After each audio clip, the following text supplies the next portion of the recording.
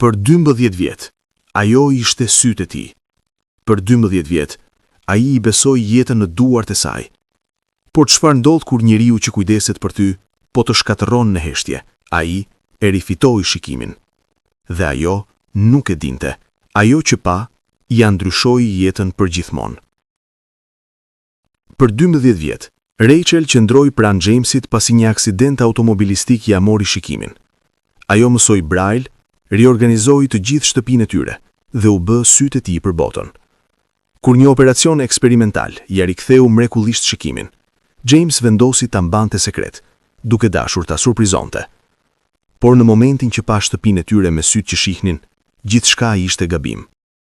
James dhe Rachel ishin lloji I çiftit që të gjithë I admironin.